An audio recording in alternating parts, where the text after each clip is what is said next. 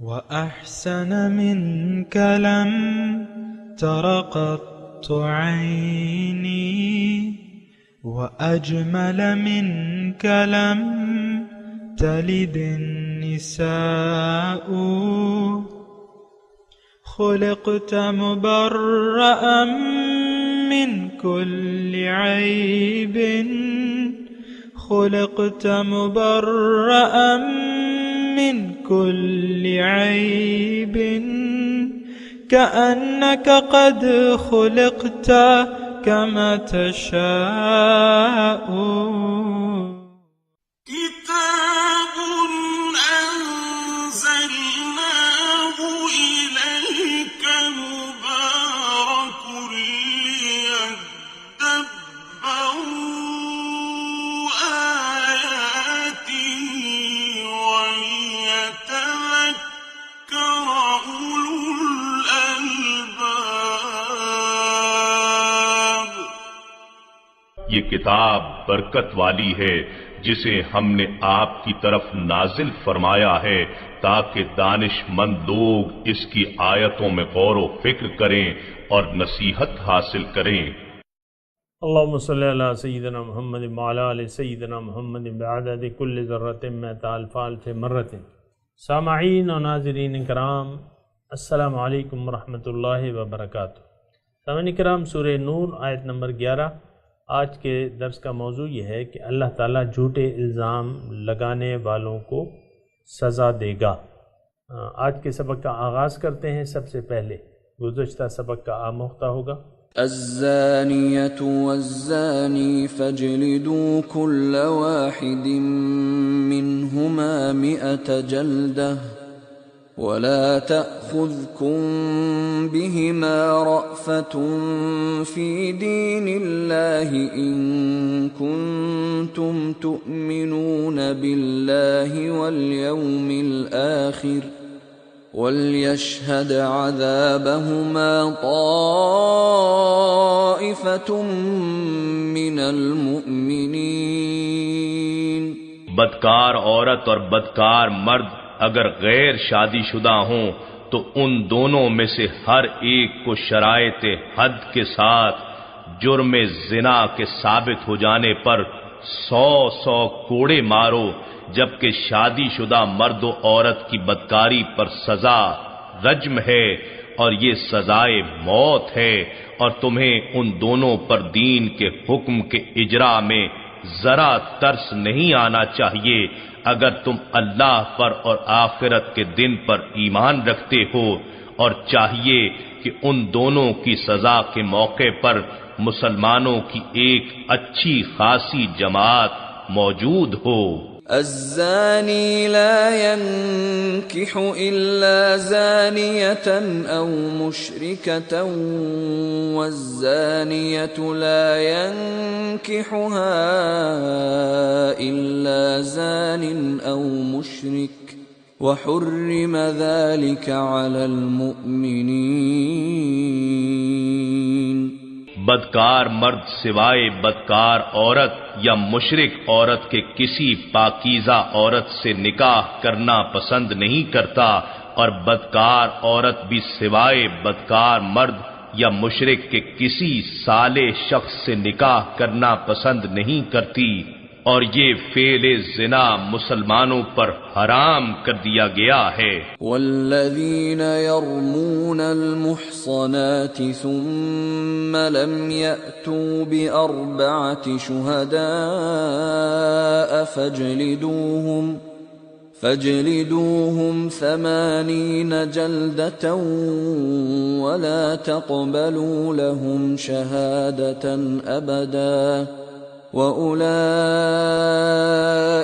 هُمُ الْفَاسِقُونَ۔ اور جو لوگ پاک دامن عورتوں پر بدکاری کی تہمت لگائیں پھر 4 گواہ پیش نہ کر سکیں تو تم انہیں سزائے قذف کے طور پر 80 کوڑے لگاؤ، اور کبھی بھی ان کی گواہی قبول نہ کرو، اور یہی لوگ بد کردار ہیں۔ إلا الذين تابوا من بعد ذلك وأصلحوا فإن الله غفور رحيم. سوائے ان کے جنہوں نے اس تہمت لگانے کے بعد توبہ کر لی اور اپنی اصلاح کر لی تو بے شک اللہ بڑا بخشنے والا نہایت مہربان ہے. ان کا شمار فاسقوں میں نہیں ہوگا مگر اس سے حد قذف معاف نہیں ہوگی.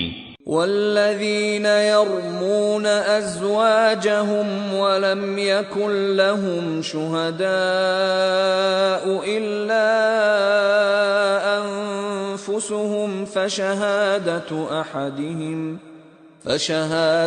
أحدهم 4 شهادات بالله إنه لمن الصادقين.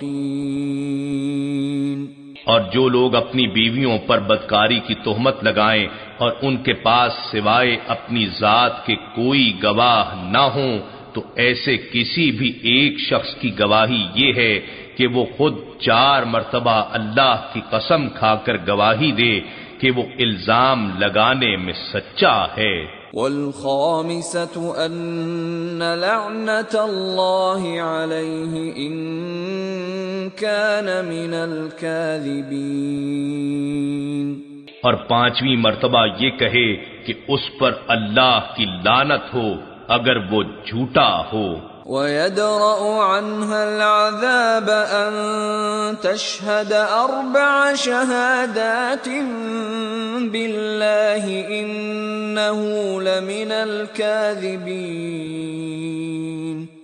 اور اسی طرح یہ بات اس عورت سے بھی سزا کو ٹال سکتی ہے کہ وہ 4 مرتبہ اللہ کی قسم کھا کر خود گواہی دے کہ وہ مرد اس تہمت کے لگانے میں جھوٹا ہے.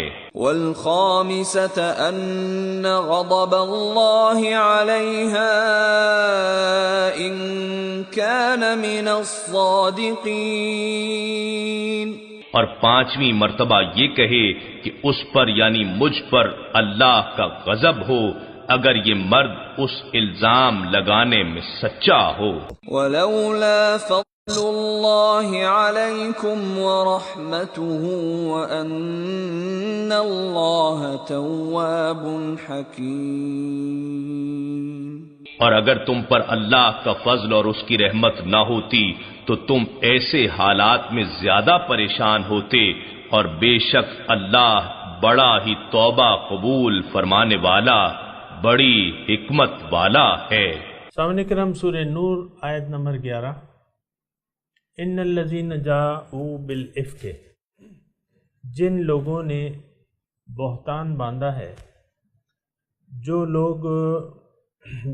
جن لوگوں نے بہتان باندھا ہے بالافک.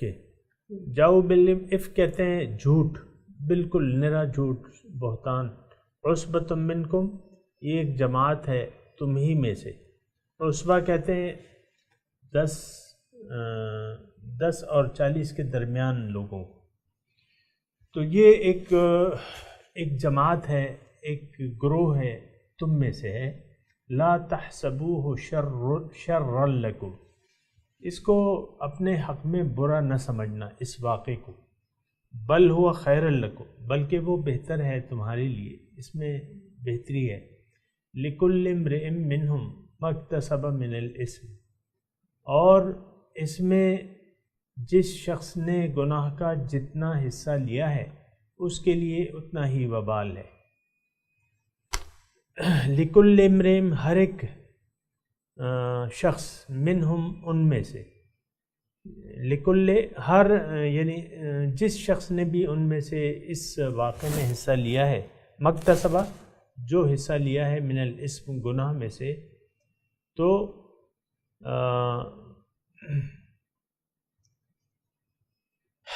یعنی اس کا بوجھ اٹھایا ہے، اس کو گناہ ملے گا. والذی تولا کبرہ، اور جس نے اس بہتان کا بڑا بوجھ اٹھایا ہے، یعنی اس کی سرکردگی کی ہے، منہم ان میں سے، لہو عذاب عظیم، اس کے لیے بڑا عذاب ہے. سامعین کرام، یہ واقعہ افک کے نام سے یہ واقعہ مشہور ہے، اور یہ سورت کا نزول میں نے آپ کو بتایا تھا کہ 690 جنگ احزاب کے بعد، اور تھوڑا سا اس کا شان نزول میں آپ کو بیان کر دوں کہ کن حالات میں یہ سورت جو تھی، اس کا نزول تو یعنی ایک غزوہ احزاب کے بعد، جب مشرک جو ہے 1 مہینے تک مسلمانوں کا محاصرہ کر کے ناکام اور نامراد واپس چلے گئے، اور ان کے ہاتھ کچھ بھی نہ آیا. 10,000 کی تعداد میں تھے وہ، یہ آپ کو معلوم ہے. اور مدینہ تو اس وقت ایک چھوٹی سی بستی تھی، اور خندق کے ذریعے انہوں نے اپنا دفاع کیا تھا. تو جب وہ چلے گئے تو حضور صلی اللہ علیہ وسلم نے ارشاد فرمایا کہ اب جو ہے یہ ہم پہ چڑھائی نہیں کریں گے، بلکہ ہم ان پہ اب اقدام کریں گے. یعنی کافر اور مشرک اب ہم پہ نہیں آ سکتے، اب ہم ان پہ اقدام کریں گے، یہ حضور صلی اللہ علیہ وسلم نے فرمایا تھا. بہرحال یہ بنی مستلق کا قبیلہ جو تھا یہ مکے کے قریب تھا، اور کافر تھے، مشرک تھے، اور انہوں نے کچھ تیاریاں شروع کی تھیں مسلمانوں کے خلاف، تیاریاں شروع کر دی تھی. اس کی اطلاع حضور صلی اللہ علیہ وسلم کو ملی. تو حضور صلی اللہ علیہ وسلم نے بجائے اور انتظار کے اپنے ساتھ مجاہدین کو لیا، صحابہ کرام کو لیا، اور ان پہ جا کے چڑھائی کر دی. ان پہ جا کے چڑھائی کر دی. اپنے وہی ان کا جو قول تھا نا کہ اب ہم ان پہ چڑھائی کریں گے. تو چونکہ انہوں نے ارادہ کر لیا تھا اور اقدام کا ارادہ کر رہے تھے، تو حضور نے اس سے پہلے ان پہ اقدام کر دیا حضور صلی اللہ علیہ وسلم کے ساتھ، اور ان کو شکست دے دی، بری طرح شکست دے دی. غلام قیدی آئے، مال غنیمت ہاتھ لگا. بہرحال اس جنگ میں ان کے ساتھ منافقین بھی گئے تھے. یہ عبداللہ ابن ابی ابن سلول کی سرکردگی میں. ابن ابی ان کا بڑا تھا، عبداللہ ابن ابی جو تھا. تو بہرحال تو واپسی پہ کچھ تھوڑا سا واقعہ ہوا کہ حضرت عمر رضی اللہ تعالیٰ عنہ کے ایک غلام نے، کنواں تھا وہاں پانی، تو وہاں پہ اس کا اور ایک انصاری کا کچھ تو میں ہو گئی اسی تنازع پہ. تو انصاری نے اپنے بھائیوں کو آواز دی، اس نے مہاجرین کو آواز دی. حضرت عمر کا غلام تھا نا. تو خیر لوگ جمع ہو گئے، اور پھر حضور تشریف لے آئے تو بات رفع دفع ہو گئی، اور حضور صلی اللہ علیہ وسلم نے واپسی کا سفر شروع کر دیا، مدینے کی طرف واپسی کا. تو اس دن سفر کیا، پھر ساری رات سفر کیا، اور پھر دوپہر میں تھوڑا سا پڑاؤ کیا. تو ان سے ایک صحابی نے پوچھا بھی کہ دیکھو حضور، آپ نے تو کبھی ایسی روایت نہیں، یعنی آپ نے جس طریقے سے سفر کیا ہے مسلسل، پہلے تو آپ نے ایسا نہیں کیا تھا، اس میں کیا حکمت ہے؟ تو حضور نے کہا کہ دیکھو تمہارے ساتھی نے کیا کیا ہے اور کیا کہا ہے. اس وقت یہ عبداللہ ابن ابی جو تھے، انہوں نے کچھ گستاخانہ کلمات ادا کیے تھے حضور صلی اللہ علیہ وسلم کی شان میں، مہاجرین کی شان میں. تو وہ الفاظ تو اس نے ادا کر دیے، لیکن پھر یہ ہے کہ حضور صلی اللہ علیہ وسلم نے وہاں ان پہ ان کو پکڑ نہیں کی، منافقین کی پکڑ نہیں کی، اور اس وجہ سے کہ مسلمانوں میں یہ بات مزید نہ ہوا پکڑے، تو حضور صلی اللہ علیہ وسلم نے سفر کا وہ سفر جاری رکھا. بہرحال اس میں یہ ہوا کہ ایک جگہ انہوں نے پڑاؤ ڈالا. حضور صلی اللہ علیہ وسلم نے مدینہ کے واپسی کے راستے میں پڑاؤ ڈالا، آرام کے لیے، یا رات ہو گئی تھی یا جو بھی، کیونکہ وہ تو کافی دور تشریف لائے تھے. ایک رات کا تو سفر تھا نہیں. تو صبح کے وقت یہ حضرت عائشہ رضی اللہ تعالیٰ عنہ اس سفر میں حضور کے ہم سفر تھیں، اور ان کا چناؤ حضور صلی اللہ علیہ وسلم نے، حضور جب بھی چاہتے قرآن اندازی کر کے اپنے ساتھ ایک یعنی اپنی ہماری امہات میں سے ایک کا انتخاب کر لیتے قرآن اندازی کے ذریعے، تاکہ کسی کی بے انصافی نہ ہو یا کسی کے دل میں کچھ آئے نہیں. تو اس میں قرا جو تھا، اس واقعے میں، اس سفر میں قرا حضرت عائشہ کا نکلا تھا.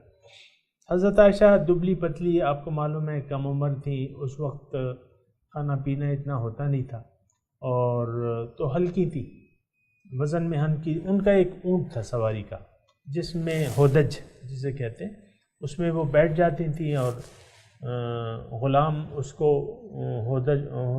اور یہ اس وقت پردے کے احکامات نازل ہو گئے تھے 5 ہجری میں، یہ 6 ہجری کا واقعہ ہے. بہرحال اس سے پہلے پردے کے احکامات نہیں تھے. تو ایک صحابی جو تھے، ابھی میں اس کا تذکرہ کروں گا. بہرحال حضور صلی اللہ علیہ وسلم نے واپسی کا یعنی اعلان کر دیا کہ چلو. اب وہ تو گئی ہوئی تھی قضائے حاجت کے لیے، حضرت عائشہ رضی اللہ تعالیٰ، اور اتنے میں اعلان ہو گیا روانگی کا. تو پردہ تو پڑا ہوا تھا، وہ پالکی پہ پردہ پڑا ہوا تھا. انہوں نے اس لکڑیوں کا تو اپنا وزن جو ہوگا سو ہوگا، حضرت عائشہ کا تو اتنا وزن نہیں تھا. تو انہوں نے، جو ان کے خدمتگار تھے، انہوں نے وہ پالکی اٹھا کے اونٹ پہ رکھ دی، یعنی یہ سمجھ کے کہ حضرت عائشہ اس میں ہے. پردے پڑے ہوئے تھے، انہوں نے تو دیکھا نہیں تھا. بہرحال قافلہ چلا گیا اور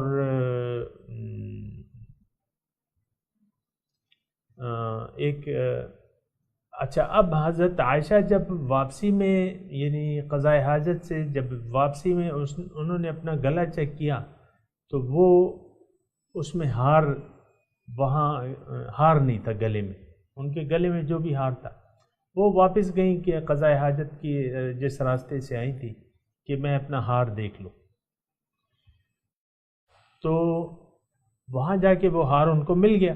لیکن جب وہ واپس آئیں تو قافلہ کوچ کر چکا تھا.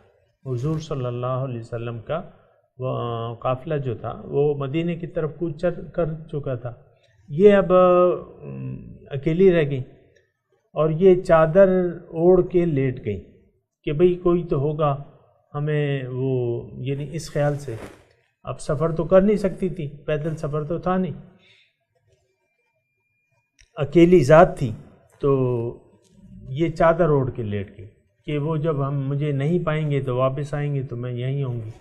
خیر، تو ایک صحابی جو تھے وہ صبح دیر سے اٹھنے کے عادی تھے. تو انہوں نے حضور صلی اللہ علیہ وسلم، یعنی وہ بھی وہ قافلہ جا چکا تھا، لیکن وہ ابھی یعنی نیند میں تھے یا جو بھی تھے. تو وہ واپس قافلے سے ملنے کے لیے آئے، لیکن قافلہ نہیں تھا، وہاں حضرت عائشہ تھی. حضرت عائشہ کو انہوں نے پہلے دیکھا ہوا تھا، پردے کے احکامات سے پہلے تو پہچان گئے. تو انہوں نے بآواز بلند کہا کہ انا للہ و انا الیہ راجعون. یہ بآواز بلند کیا.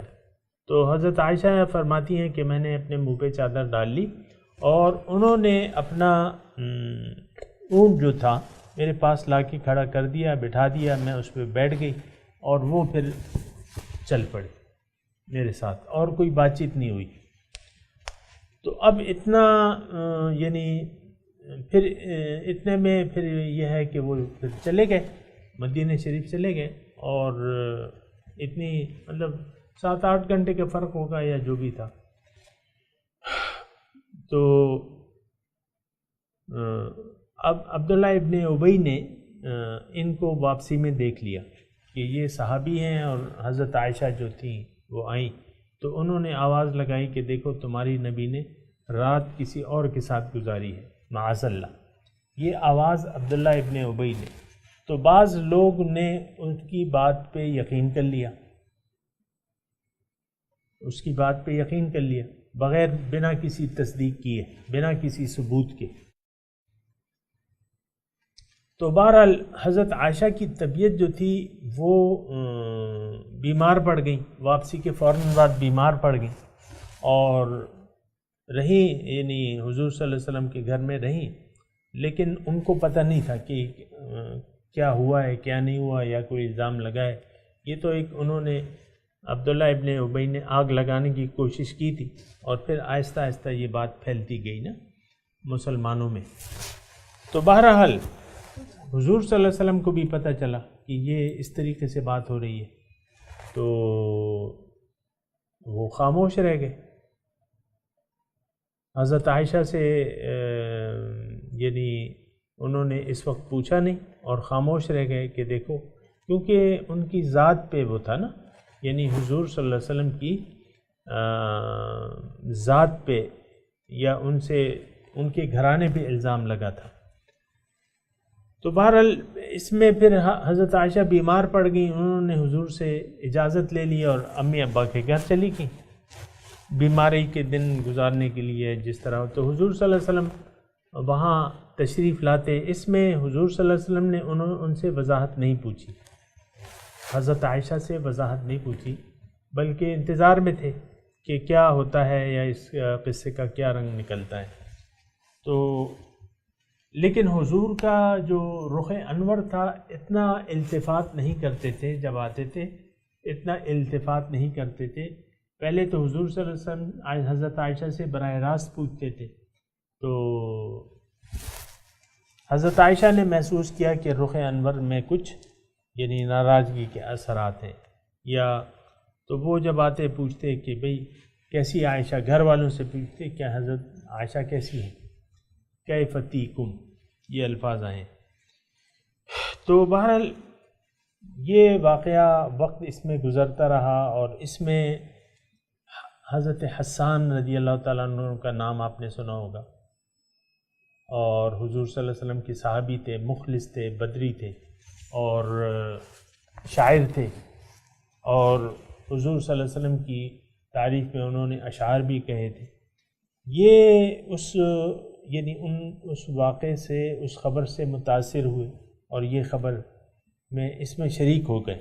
یہ پھر ایک اور حضرت ابوبکر کے نزدیکی رشتہ دار تھے، وہ مہاجر تھے، مکے سے تشریف لائے تھے، مسکین تھے، ان کے رشتہ دار بھی تھے، تو مہاجر بھی تھے، مسکین بھی تھے اور رشتہ دار بھی تھے۔ ان کو حضرت ابوبکر صدیق رضی اللہ تعالیٰ عنہ وہ دیتے تھے یعنی ماہانہ خرچہ وغیرہ، تو وہ بھی اس واقعے میں شریک ہو گئے۔ تقریباً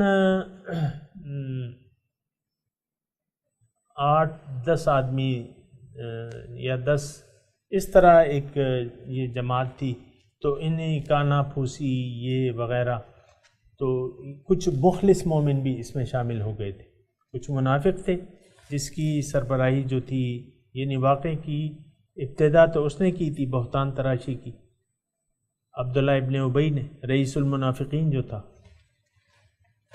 تو بہرحال ایک دن حضور صلی اللہ علیہ وسلم تشریف لائے، تقریباً 1 مہینے کا اس میں واقعہ گزر گیا، اور حضور صلی اللہ علیہ وسلم حضرت ابوبکر کے گھر تشریف لائے، جو کہ ان کے یعنی سسر بھی تھے، حضور صلی اللہ علیہ وسلم کے سسر تھے، حضرت عائشہ ان کی بیٹی تھی۔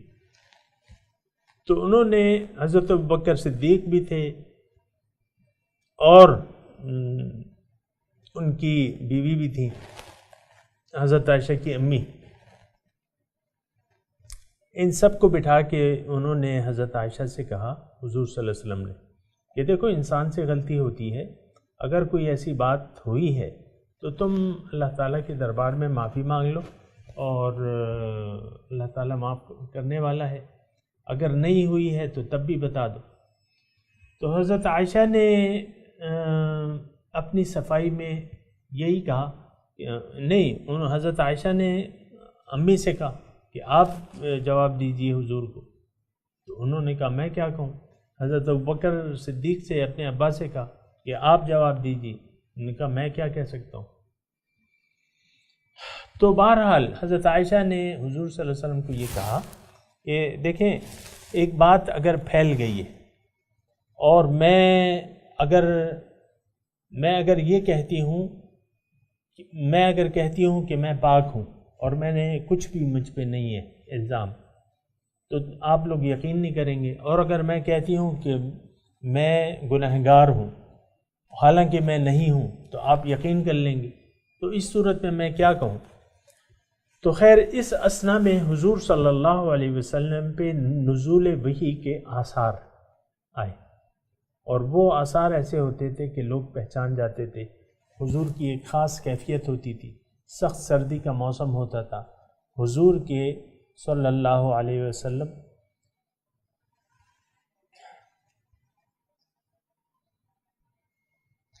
ان کے چہرے پہ پسینے کے آثار نظر آتے تھے سخت سردی میں. تو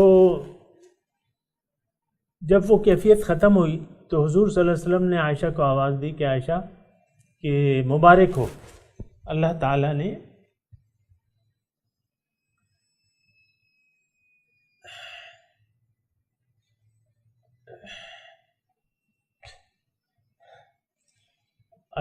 نے تمہاری برات نازل کر دی ہے. تو بہرحال حضرت عائشہ کی امی نے کہا کہ تم جاؤ شکریہ ادا کرو حضور صلی اللہ علیہ وسلم کا. تو انہوں نے کہا کہ نہیں، میں تو کسی کا شکریہ نہیں ادا کروں گی، نہ آپ کا نہ حضور کا، کیونکہ جب میں نے آپ کو کہا تو نہ امی نے میری وہ طرفداری کی، میری حق میں کوئی بات کہی، نہ ابو نے کوئی بات کہی. اور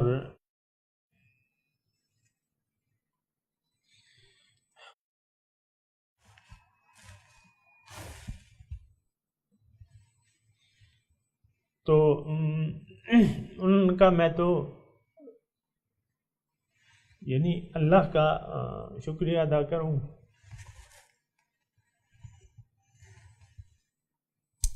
تو بہرحال یہ 10 آیات نازل ہوئیں سامعین کرام، جس کی آغاز ہم آج کر رہے ہیں.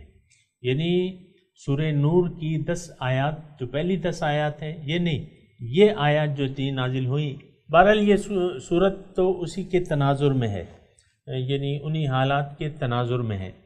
تو بہرحال یہ ایک واقعہ ہوا تھا سامعین اکرام. اس میں یہ ہوا تھا کہ مسلمانوں نے، اب دیکھیں یہ مسلمانوں کی ایک جماعت بن رہی ہے، ذرا توجہ رکھیں، مسلمانوں کی ایک جماعت بن رہی ہے اور اللہ تعالیٰ مسلمانوں کی تربیت فرما رہے ہیں. ان کی معاشرتی زندگی کے لیے جو احکامات ہیں وہ نازل ہو رہے ہیں. اب یہ واقعہ ہوا ہے، اس میں اللہ تعالیٰ یہ فرما رہا ہے، ہم نے ابھی پڑھا کہ بھئی اس کو جو الزام تراشی ہوئی ہے یا جو بہتان تراشی ہوئی ہے، اس کو تم اپنے لیے برا مت سمجھو، اس میں تمہارے لیے خیر ہے، بل ہوا خیر لکم. تو وہ خیر کیا تھی؟ وہ خیر یہ تھی کہ آیات ربانی نازل ہوئی، قوانین الہی نازل ہوئے، اور نبی کی امہات حضور صلی اللہ علیہ وسلم کی زوجہ جو حضرت عائشہ تھیں ان کی برات نازل ہوئی.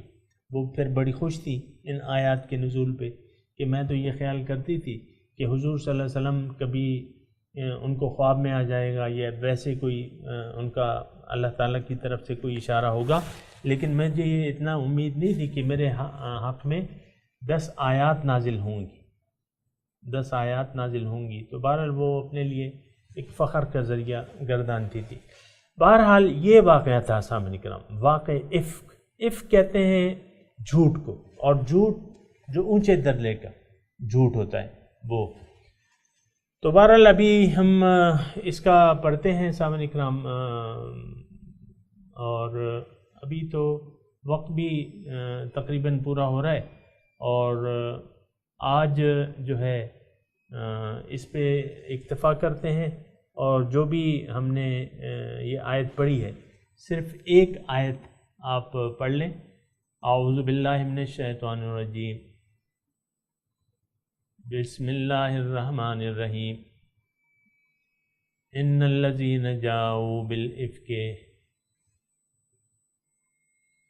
عصبۃ منکم لا تحسبوه شرا لکم بل هو خیر لکم لکل امرئ منہم ما اکتسب من الاثم والذی تولی کبرہ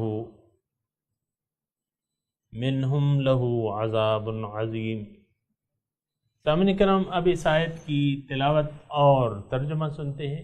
إن الذين جاءوا بالإفك عصبة منكم لا تحسبوه شرا لكم بل هو خير لكم لكل امرئ منهم ما اكتسب من الإثم والذي تولى كبره منهم له عذاب عظيم۔ Those who perpetrated the slander are a band of you. Do not consider it bad for you, but it is good for you. Each person among them bears his share in the sin. As for him who played the major role, for him is a terrible punishment. سامعین کرام، اس کے ساتھ ہی آج کے درس کا وقت اختتام کو پہنچا۔ اگلے درس میں انشاءاللہ ملاقات ہوگی۔ وآخر دعوانا ان الحمدللہ رب العالمین، والسلام علیکم ورحمۃ اللہ وبرکاتہ۔